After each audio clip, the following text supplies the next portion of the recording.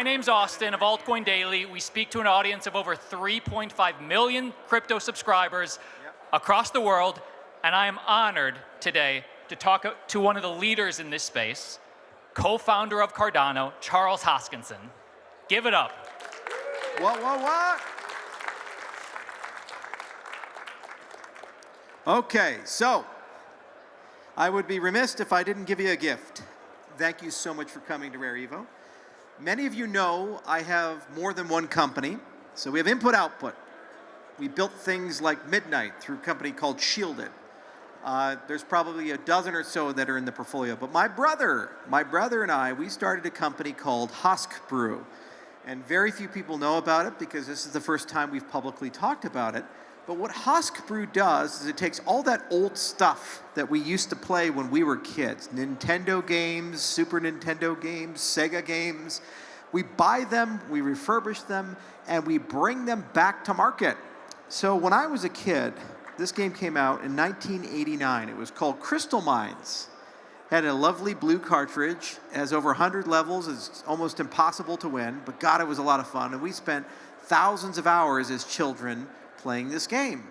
So what we did was we had to hunt down who owned the game. We bought it, the intellectual property, and then we kind of cleaned it up a little bit, and then we actually manufactured it again. So since the first time since 1989, we did another production run. So we had to find an injection mold to make a Nintendo cartridge. We had to find a PCB manufacturer to actually make a board, and we cleaned up a lot of mistakes. For example, guys, remember when you played those games, you had to blow on the cartridges?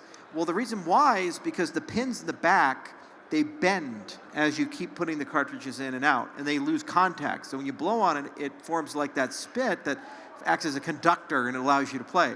Well, what if you just make it out of stronger metal? Then it doesn't bend, right?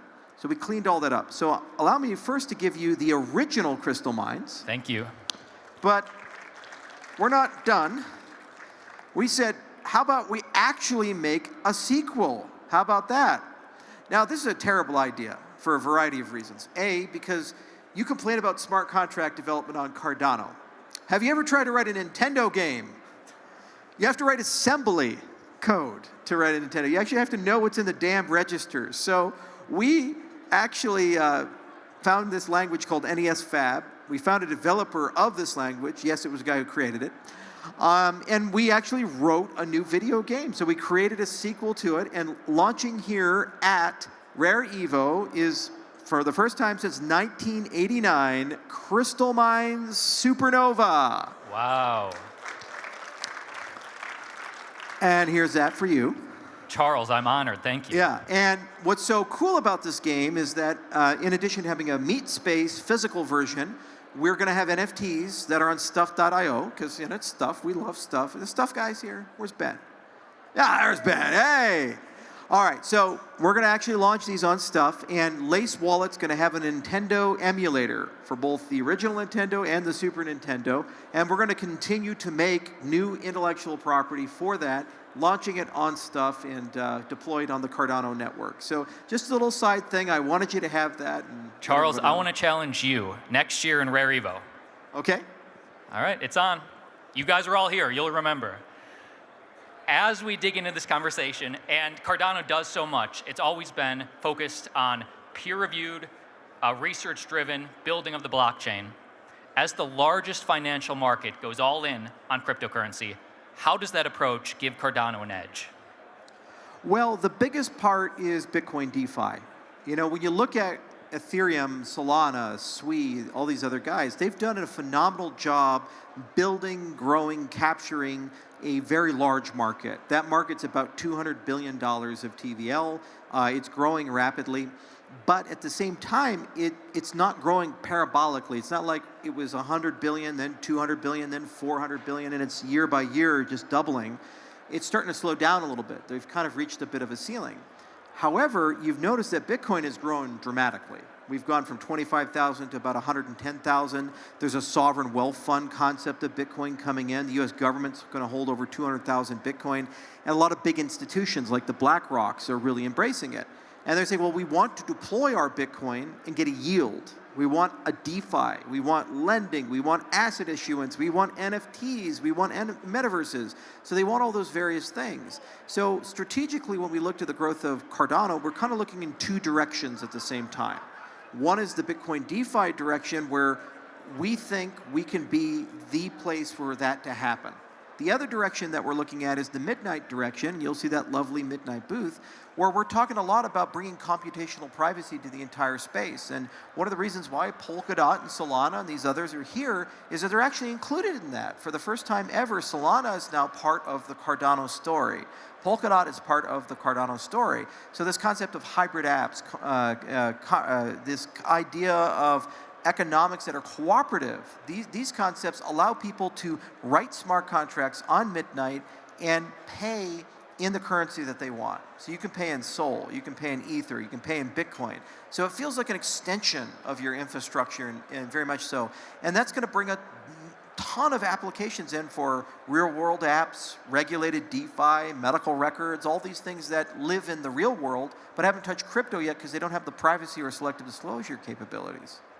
Bitcoin DeFi, obviously huge. What is the general timeline for that? Is that by end of the year or by the end of 2026? Well, parts are already here, like the non-fungible components. And when you look at the question of, well, how do you get it out? It's more of a question of, well, what trade-offs are you prepared to make? So you can always build a bridge. Wrapped Bitcoin has existed for a long time, but Bitcoin DeFi in its purest form requires three properties, as I mentioned this morning. Only Bitcoin, so only Bitcoin can provide the security. You pay your transaction fees in Bitcoin, you get your yield back in Bitcoin. Cardano has built under the hood many native features for this, and what we're doing now is we're working to make them really easy to use, really secure, really fast, and just great user experience. The concept of the toggle. And this is not something that would just stay in Cardano. We want to bring the DeFi toggle to blockchain.com and bitcoin.com and brave.com and these others, 110 million users, where you just sit there, you have your Bitcoin in, you click the toggle, and you go from Bitcoin to Bitcoin DeFi mode. And then suddenly an app store opens up, and you see all these different things you can do with it, and you click those things, and you get yield, you do something. And then when you're done, you know what you do? You unclick the toggle, and you're back to Bitcoin. That's the simplicity that's really required for this to be where it needs to be. So if I had to hazard a guess, I think these experiences will start come online towards the end of the year to next year, and they're going to get really good next year. And then within the 3 to 5 year horizon, the TVL of Bitcoin DeFi will be larger than the market cap of Ethereum and Solana combined. Wow. Charles, I was talking to some of the audience at this conference, huge amount of people, and we were talking about, you were on record that Bitcoin the network may grow 10x larger than it is from where it is today, but Cardano can anywhere from 100 to 1,000x. Yeah, and that was one of those interviews where they're asking a hypothetical, and there's greater growth potential for products like Cardano and ecosystems like Cardano because of size, scope, and scale and vision than something like in a Bitcoin. And also Bitcoin being a multi-trillion-dollar asset, if you 10x an asset like that, you're now worth more than all the gold in the world. You're starting to get to a ceiling there. So its growth journey is by necessity and scale going to start slowing down. But I do believe we will live in a world of $1 million Bitcoin. I think it'll happen. It's hard to say when. I don't think this cycle, I think we'll probably cap out around 250,000. But I think inevitably over the next 10, 20, 30 years, we will see that day where there's $1 million Bitcoin. But Cardano was built to be the digital nation. It covers the economic, political, and social systems of the world. We have an on-chain governance. We have voting systems. We can build social networks. We're fully programmable. And also we're the crossroads of all these amazing things, especially with the partner chains portfolio. So while gold is important, gold is not a nation state.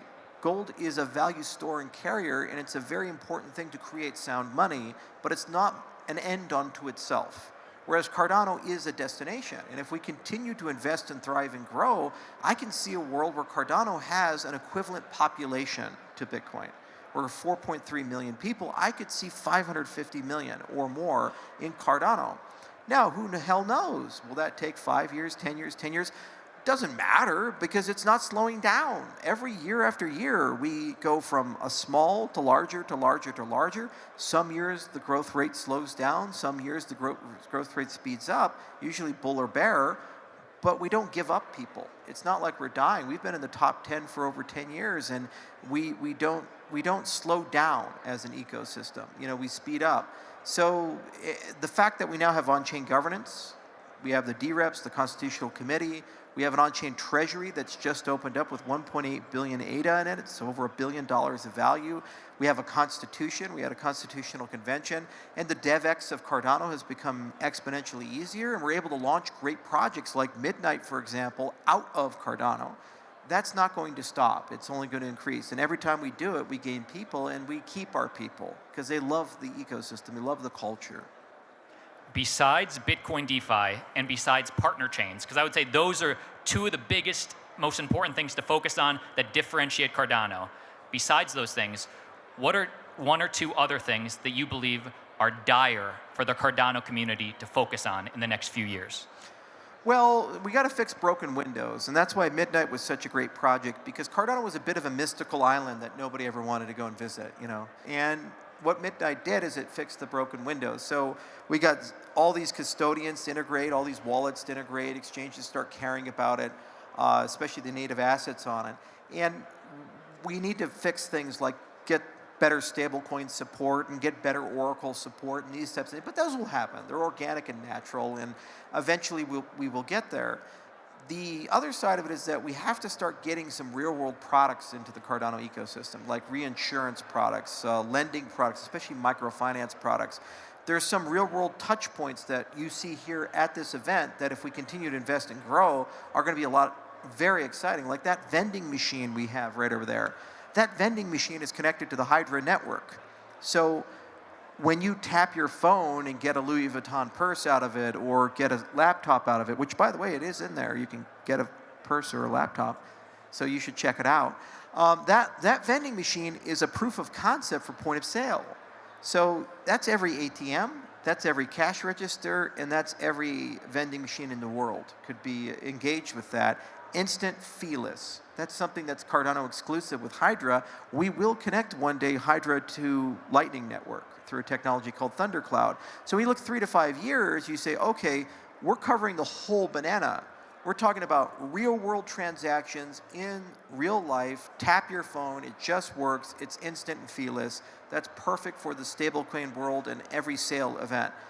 We're talking about intellectual property. You look at the Stuff.io model. As that continues to grow and thrive, that's going to bring all these things and create a world where you as an author, when you distribute your book, you're distributing a book as if it's a physical book, but in a digital, and the buyer owns that copy.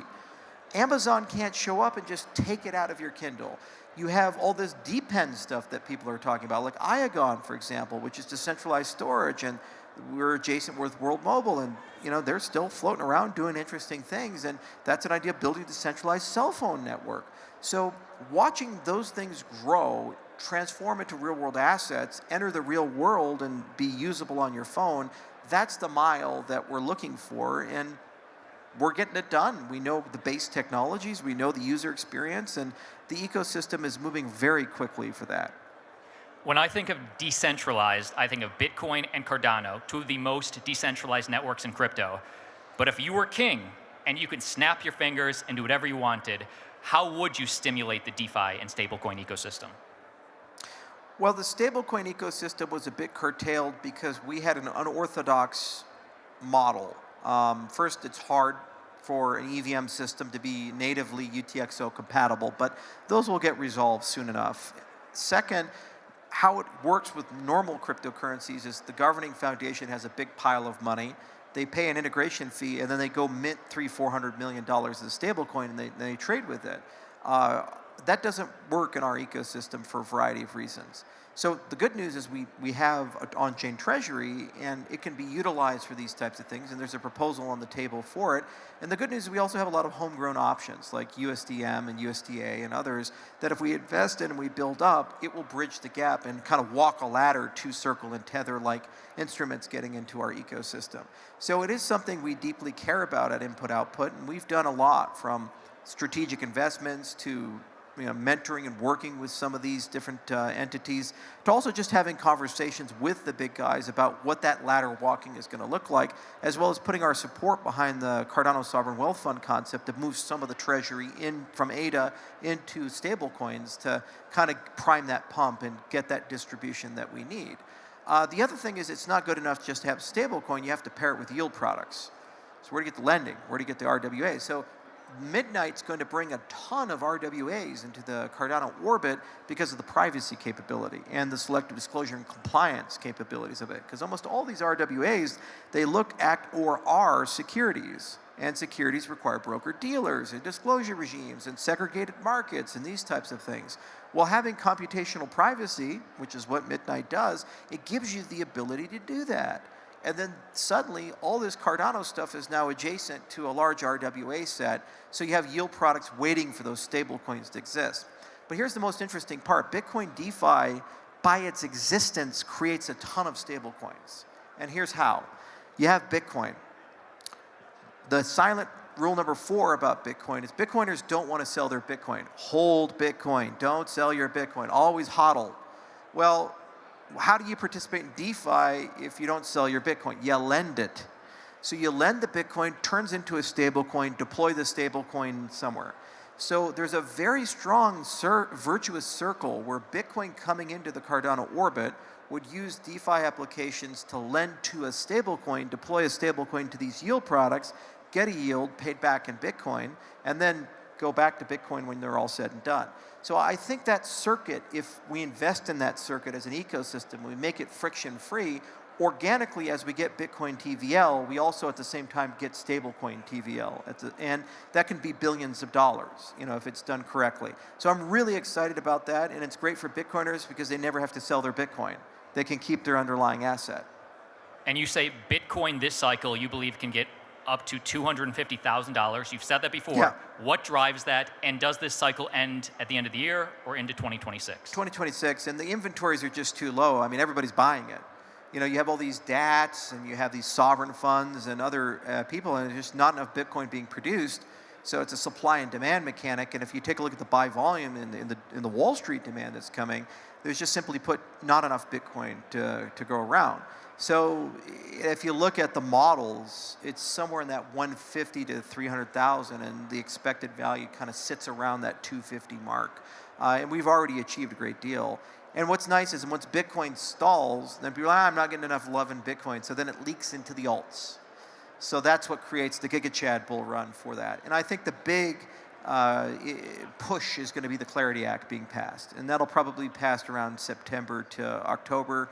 And then once that's in market, the Mag 7 will come in, other people will come in, and everybody will just start taking a little bit of crypto in their treasury management in the Fortune 500. And these are trillion-dollar companies, and so by extension, that demand is just simply put too high.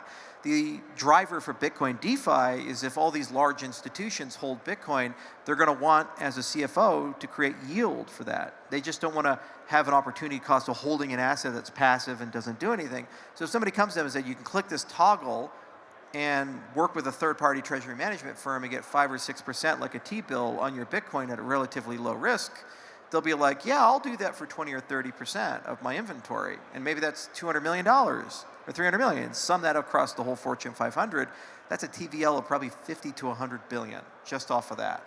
So the numbers work very well for Bitcoin. I understand for this next question you have no control of this, but do you expect we'll see Cardano treasury companies, and is that something you would like to see? It's inevitable, but I'll have more to say in a bit. Interesting. Charles, when you are alone at the end of the day, just you, what keeps you up at night? What are you scared of? Flying cobras. I think the biggest issue is when you're a CEO in a technology space, you're haunted by two things: the things that you miss and the bets you make. So when you look at technology, there's 26 ways you can do everything. It's like trying to put your pants on 26 different ways. Eventually you figure it out. And you at some point have to make a bet, in zero knowledge. Do I bet on elliptic curves, hashes, or lattices? So am I a snark man, am I a lattice man, or am I an elliptic curve man? And if you bet right, you have a multi-billion-dollar product. If you bet wrong, no one uses your technology and it falls apart. So every single thing in the roadmap is a collection of trade-offs and bets. And I sweat at night thinking, did we make the right bet? And we don't know. We won't know for 3 to 5 years. The things you miss are where your imagination wasn't broad enough and you just basically got the market wrong. You're like, oh, shit, actually everybody's doing this thing instead of this other thing. So there's been numerous times where we assumed the market would behave a certain way, or we assumed some things would be a certain way. Like Solana is a great example of this, where they had this big surge, FTX happened, they burst and collapsed down, but they caught the meme coin wave. And none of us in the industry were really thinking too much about it. We're like, well, yeah, we've seen meme coins. It's kind of like NFTs and Dogecoin. We didn't really take meme coins that seriously for the most part. Even Ethereum really didn't. And then suddenly, all these meme coins come on Solana, which brought tens of millions of users in. It brought enormous amounts of volumes in, and it recovered the market cap, and it rebuilt the ecosystem. And it was the lifeline that they needed to revitalize, and it gave them that bridge to become a legit DeFi platform. Now, we could have invested heavily in meme coin mania and done all these things and built some meme coin products, Charles with hat or something like that. I mean, there was Nike, he's a good pig. But it wasn't something we took as seriously as we needed to, and that's a failure to imagine, where these things can come. So as a CEO in a technology space, you always are straddling those two things. What did you miss, and what did you bet on that may not be the right bet? Now, even if you bet perfectly, and even if you don't miss anything, you can still mistime the market. That's the third thing that is always challenging. So mistiming is like Steve Ballmer is the greatest example in the history of technology. Ballmer knew the iPhone, something like it, was going to be awesome. But when he put all the models together, they were betting 2009. Why? Because that was their anticipation for 3G. That was when the programmability was going to be where it was at. That's where the price point was going to be around $200 to $250. He didn't understand that Steve Jobs had this MacGuffin where he convinced AT&T to upgrade their network faster and make 2007 instead of 2009. And also business model innovation, where a $600 phone would be subsidized by the cell phone seller to be a $250 phone.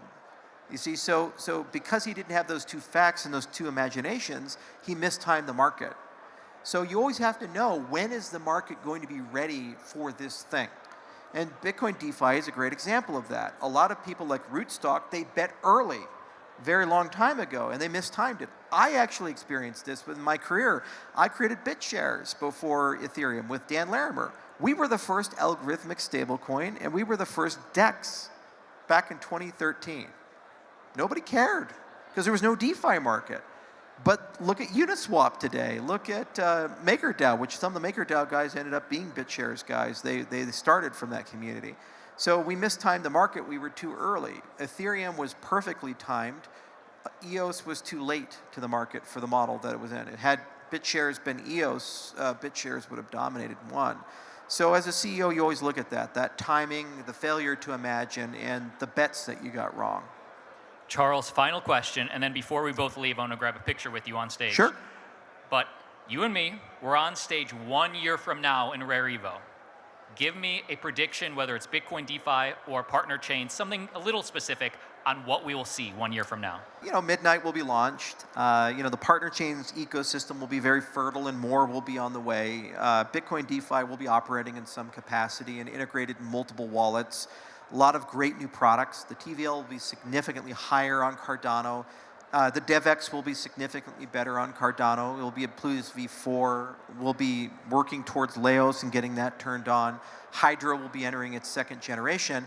But overall, it'll just be a much smoother ecosystem and a much more consumer-friendly ecosystem and balanced ecosystem overall. And hopefully, we can be talking about all these next-gen apps and how successful they are and how they're all listed on exchanges. And everybody's like, wow, Cardano is so cool, and there's a sexy kid again. And so that's what we'll be talking about. I love it. Charles Hoskinson, everybody. Give it up. Thank you, guys.